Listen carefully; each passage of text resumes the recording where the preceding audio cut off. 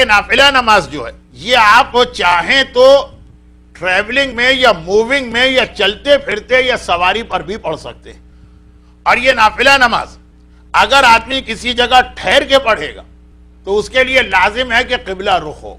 لیکن اگر وہ شریعت کی اس فیسلٹی کو اویل کرے، یہ نہیں کہ مجبوری میں، واجب نماز تو مجبوری میں آپ ٹریولنگ میں پڑھ سکتے ہیں، لیکن نافلہ نماز بغیر کسی مجبوری کے بھی آپ چاہیں تو یہاں سے گھر کی ڈرائیو ہے اور اس دوران نافلہ بھی آپ پڑھ سکتے ہیں. بس یہ ہے کہ اگر ڈرائیور ہے تو وہ زیادہ رسک نہ لے، یہ اپنے مہارت کے اوپر ہے. اگر وہ گاڑی چلاتے ہوئے بھی نافلہ پڑھ سکتا تو ٹھیک ہے وہ پڑھے، لیکن اگر اس کی یا اس کے ساتھیوں کی زندگی رسک میں ہے تو وہ نہ پڑھے، لیکن ساتھی پڑھ سکتے ہیں. اور طریقہ یہ ہوتا ہے کہ جب گاڑی میں بیٹھا ہو آدمی یا پیدل چل رہا ہے یعنی واک کر رہا ہو، واکنگ ہے، جاگنگ ہے، جس میں لوگ سی ڈی اور وی سی ڈی اور پتہ نہیں کیا بلا بلا کانوں سے لگا کے حرام کرتے ہیں، چاہیں تو اس میں نافلہ نمازیں بھی پڑھ سکتے ہیں.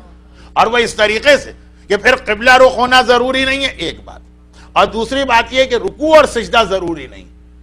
وہ یہ ہے کہ آپ رکوع و سجدہ کریں گے تو، لیکن صرف سر کے ہلکے سے اشارے سے، کہ آپ الحمد کا سورہ آپ نے پڑھا، جب رکوع کا وقت آیا ذرا سا سر جھکا دیا اور اس کے بعد آپ نے سبحان رب العظیم و بحمدہ کا سر اٹھا لیا، یہ رکوع ہو گیا. سجدے کے لیے تھوڑا سا سر اور زیادہ جھکا لیا، مجبوری میں نہیں، جان بوجھ کر. آپ کے پاس ٹائم بھی ہے، آپ کو جگہ بھی مل رہی ہے، آپ آرام سے نماز پڑھ سکتے ہیں.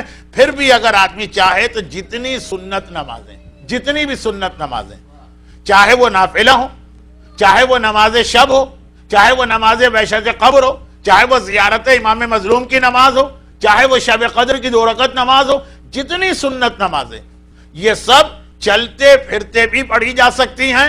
اور اس صورت میں نمازوں کے 2 حکم جو ہے نا اس میں لینینسی، قبلے کی ذمہ داری نہیں رہتی ہے، جدھر آپ کا رخ ہے ادھر ہی آپ نماز پڑھیے، رخ آپ کا بدلتا رہے تب بھی کوئی پرابلم نہیں.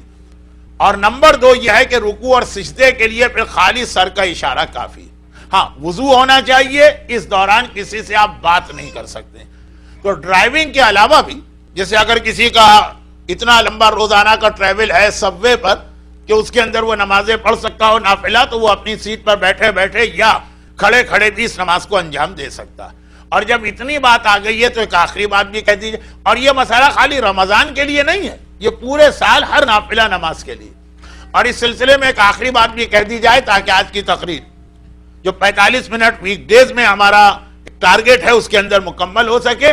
اور وہ آخری بات یہ کہ واجب نماز اگر آدمی ٹائم پر نہ پڑھے تو اس کی قضا کرنا ہوتی ہے. ہاں جمعے کی نماز کی قضا نہیں ہے، وہ مسئلہ بتانے کی ضرورت نہیں ہے. عیدین کی نماز کی قضا نہیں ہے، لیکن عیدین تو آج کل واجب ہی نہیں. واجب نماز اگر وقت پہ نہ پڑھی جائے تو اس کی قضا.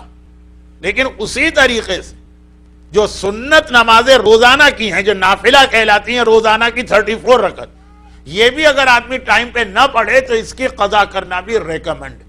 چنانچہ اگر کوئی آدمی، ہماری پہلی تقریر نماز شب اگر وہ اس کے ٹائم پہ نہ پڑھ سکے تو صبح 8 بجے یا 7 بجے یا 9 بجے جب وہ آفس جا رہا تو وہ اس طریقے سے جو ابھی آپ نے سنا چلتے پھرتے بھی نماز شب کی قضا کر سکتا ہے. اور ریکمنڈ کہ یہ جو روزانہ کے نافلہ ظہر کی 4، عصر کی 4، مغرب کی 2، عشاء کی 2 جو کاؤنٹنگ میں 1 ہوگی، فجر کی 2 اور نماز شب کی 11، یہ 34 رکعت جو ہے یہ اگر آدمی ٹائم پہ نہ پڑھے جان بوجھ کر پھر بھی اس کی قضا کر لے، یہ ہیبٹ ڈالے. اور بہت سا آج کل وقت ملتا ہے، واکنگ ہے، جاگنگ ہے، ویسے ہی ٹریولنگ ہے اپنے کام کے لیے، جس میں وہ اس ثواب کو حاصل کر سکتا.